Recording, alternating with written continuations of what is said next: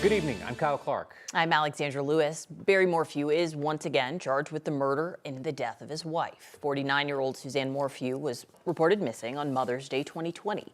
Barry Morphew was arrested for the first time nearly a year later. He was about to stand trial in April of 2022 when prosecutors dropped the charges against him days before that trial began.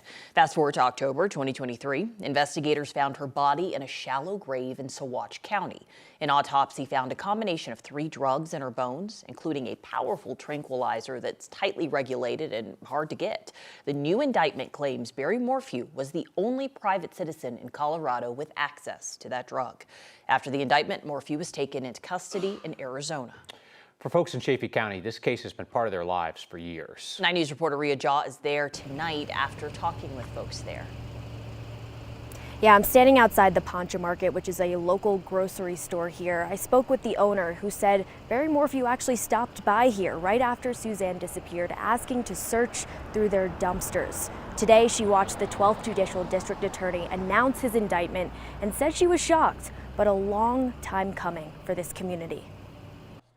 The grand jury has indicted Barry Morphew on the single count of murder in the first degree. Like so many in Salida, Shan Hall has been waiting for this moment. Probably the best news is watching prosecutors bring a murder charge in the case of Suzanne Morphew, a woman this community considers one of their own. My husband remembers her coming in, either before or after bike rides or whatever, but we didn't know each other. Hall also owns Poncha Market, the local grocery store here both Morphews once visited, making today's indictment feel especially significant.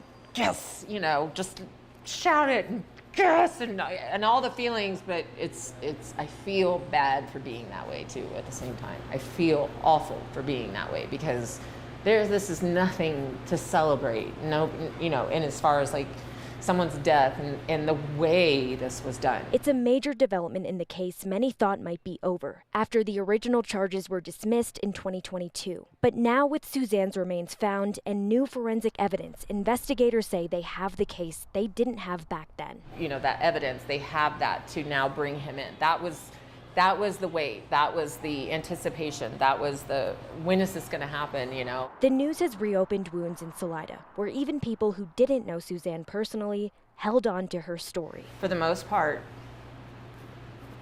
we knew her through this, and this community pulled together like it started all over again.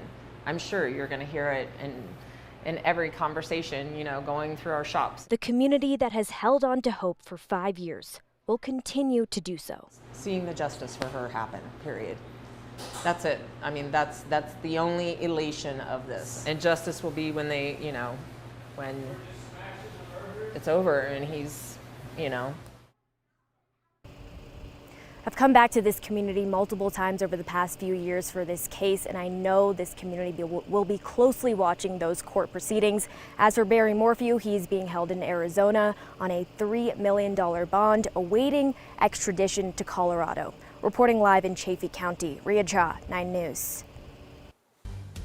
Well, let's turn to the heat. The blazing hot sun has finally set tonight after bringing triple digits to areas around Colorado. We are getting a little bit of relief tonight. Don't get too comfortable. That same heat's back tomorrow. Let's check in with 9 News meteorologist Corey Reppenhagen. And what was up with like hot wind too? Super windy. Oh man, that hot wind, bad news for firefighters. We did get a couple of fire starts today. Nothing too out of control, but we have a couple of fires burning.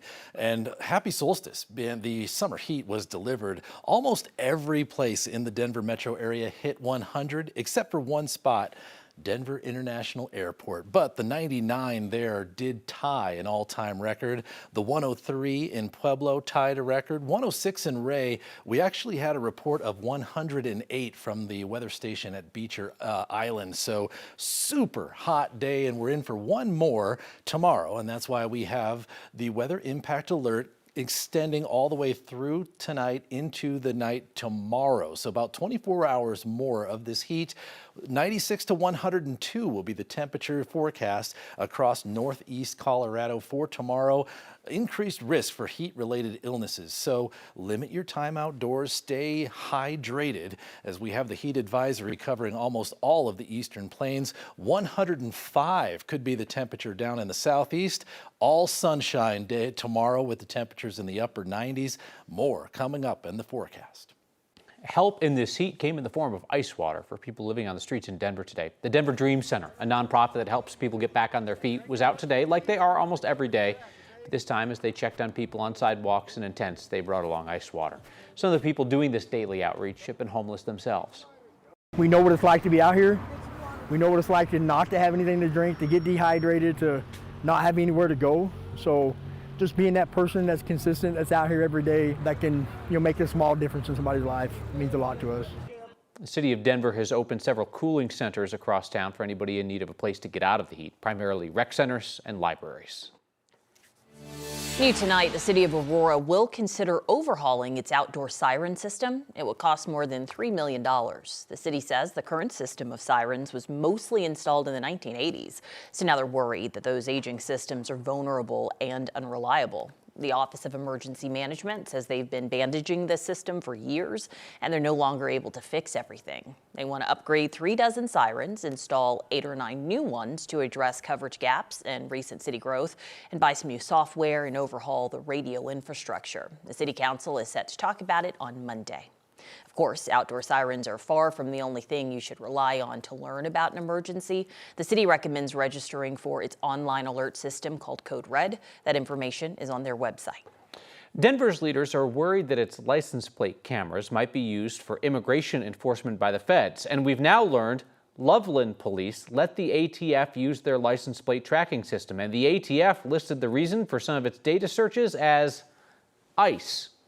So unless cities, counties, or agencies opt out, the Flock network, as it's called, shares data with thousands of other law enforcement agencies. Immigration agents are not supposed to have direct access, but they can get in through a local law enforcement agency.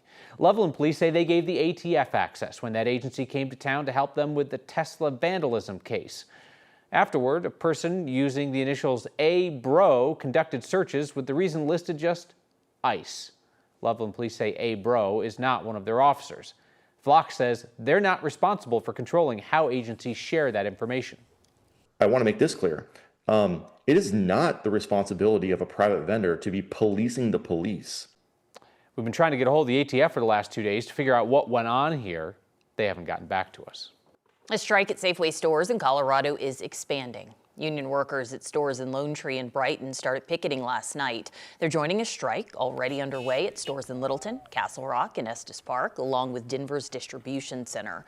The union says negotiations with Safeway's parent company, Albertsons, have ended for the week without a resolution on a new contract. Safeway is managing to keep its stores open despite the strike. A historic park on Denver's north side is seeing some major changes. The city's spending nearly $2 million to make improvements to Larasa Park. That's at 38th and Navajo. The park is fenced off right now as construction crews work on a new playground. It adds sidewalks, picnic tables, benches.